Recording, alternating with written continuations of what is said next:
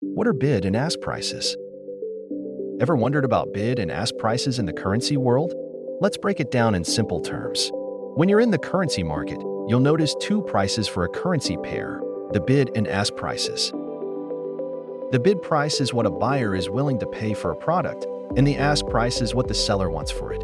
When you buy a currency pair, you get the bid price, which is the amount of currency you need to buy 1 unit of the base currency. For example, if US dollar to Indian rupee is quoted as 78.7233/78.7236, then you need 78.7236 Indian rupees to buy 1 US dollar and receive 78.7233 Indian rupees when selling 1 US dollar. The difference between the bid and ask prices is known as the spread. It's like a small transaction fee, and it's how brokers make their money. A wider spread means a bigger difference between the buying and selling prices.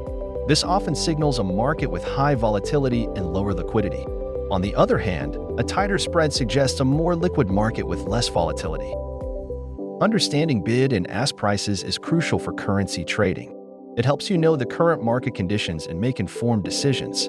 If you want to learn deeply, check out YaMarkets, the platform crafted for your journey into the dynamic world of currency trading. Stay tuned for more videos simplifying the essentials of currency trading.